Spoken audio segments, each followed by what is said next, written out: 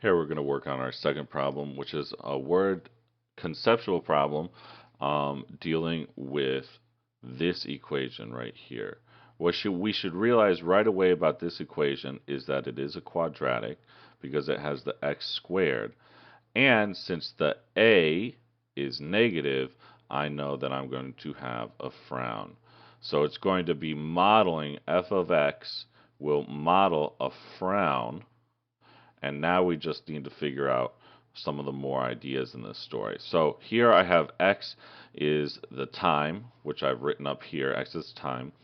And the story is a bird drops a stick from the top of the Miami Tower. So here is the Miami Tower.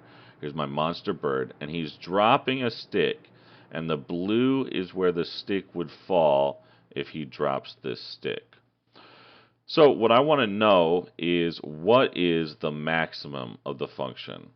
What would all the things for the maximum be? Well, if you think of the story, the maximum happens right at the moment he drops it. So that would be the very first time. So x would equal 0. Time would equal 0. So if I take my equation and I put 0 in, I'm actually going to get 625 minus 16, 0 squared. This all crosses out because it's 0 squared. And I get this number. This is the maximum height. This is the height that the bird is at. Now we have to think about all this stuff. Which ones make sense? A, the time the stick takes to hit the ground. No. At the max, my time is 0, and my height is the height of the building, which would be 625. So that would be like building height, all that stuff. Maybe the building plus the bird, I don't know.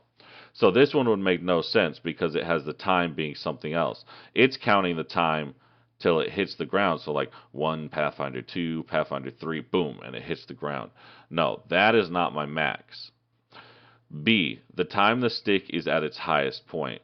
Well, max time that my stick is at its highest point would be 0, so B is good. C, the height of the stick when it is dropped from the Miami Tower. That's exactly what we've been describing, the maximum height, so C is good.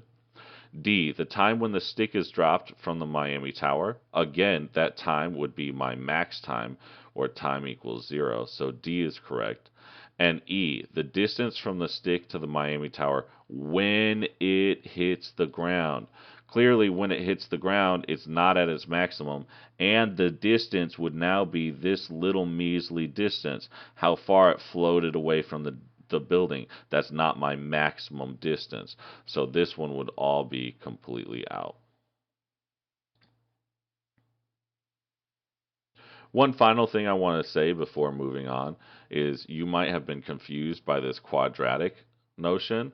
If I really want to write this as a quadratic, I would have f of x, and I would have to reorder it. It would be negative 16 x squared plus 0x plus 625. And then you can see everything matches up nicely with an ax squared plus bx plus c.